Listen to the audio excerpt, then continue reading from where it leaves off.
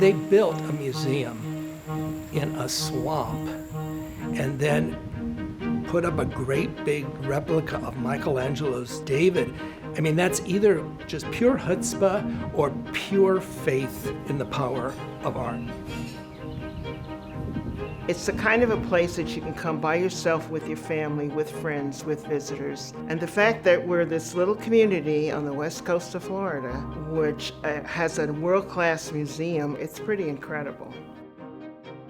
As a historian, what we have here in our collections and what we represent is very exciting, and I try to get out and into the galleries and into the vaults as often as I can. Ringling is a place of history, and it's a place of our future. I think it's an important asset that will effectively help educate the young people in this community. John and Mabel Ringling spent so much time and effort and their resources to build up this incredible collection, and it's our responsibility to ensure that it's preserved. This museum was his legacy and his commitment to the citizens of Sarasota, but also the citizens of the state of Florida. Coming to the swamplands of Florida and building what they built here is just a testament of what they saw for the future of this area. I just felt it added so much to this community to have a museum of this stature sitting in Sarasota by the bay. Katazan is a house that John and Mabel Ringling built, but it was also a community space. They wanted to have a European charm for the whole community, so John Ringling hired Dwight James Baum to design their magnificent mansion on the waterfront. There's only a few Gilded Age mansions in Florida. Most of the buildings have been torn down because of the high upkeep of something like this. But Katazan represents the magnificence of architecture and the beauty within. The Katazan, to my way of thinking, is really sort of the cultural heart of certainly the Ringling Museum, but quite frankly of all of Sarasota. Whenever you see any promotional material about Sarasota, there's invariably pictures of the Katazan because it's such a landmark and so visibly recognizable by everyone. But as you can imagine, a 100-year-old house on the water in Florida has all sorts of issues with maintenance and preservation. And while we have done an excellent job at that to date, there's some significant work that still needs to be done. This is an old established museum, and it takes a lot of care and dedication to be able to enhance the infrastructure, care for the collections, because really that's our number one goal, is making sure that we are taking care of these priceless objects that have been put forth in our custody. It never ceases to amaze me what we have in our collections here. In our collections and in our grounds and with the architecture as well. But the collection includes a lot of paintings, a very strong Baroque painting collection. We have a lot of sculptures, stone and bronze, and you'll see those in the museum, but also in the courtyards throughout the estate.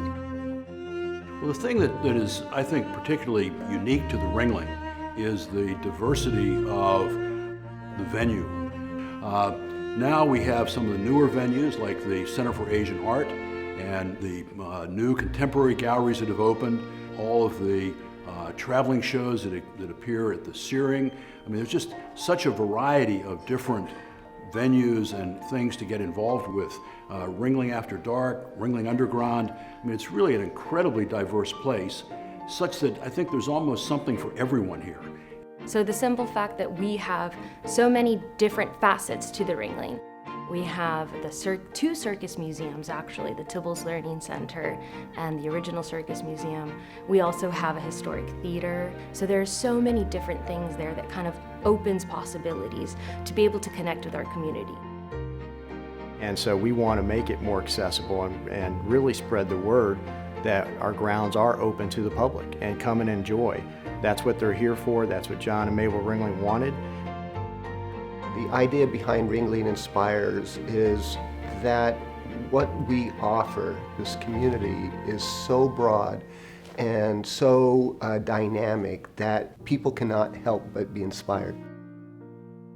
It's really an amazing complex that Katazan is the starting point, and then you can go from there and find your interest somewhere.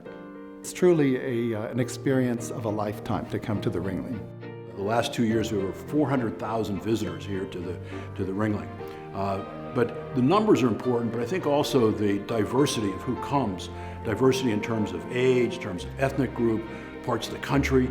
And so another part of this campaign is to continue those programs that continue to build that community, if you will. So those are really sort of the three key goals of this last phase of the Ringling Inspires.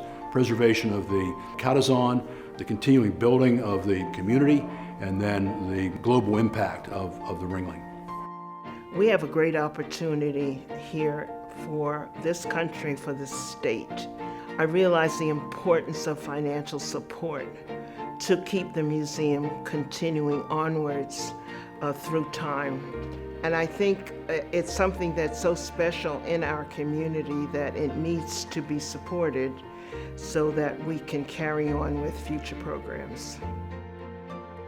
When you look at how you manage and care for the philanthropy of John and Mabel Ringling, and then you look at the philanthropy of today's donors and their legacy gifts for the future, to see children of all ages appreciate the history of the circus here, to appreciate contemporary and modern art here, to really have unique experiences, literacy experiences.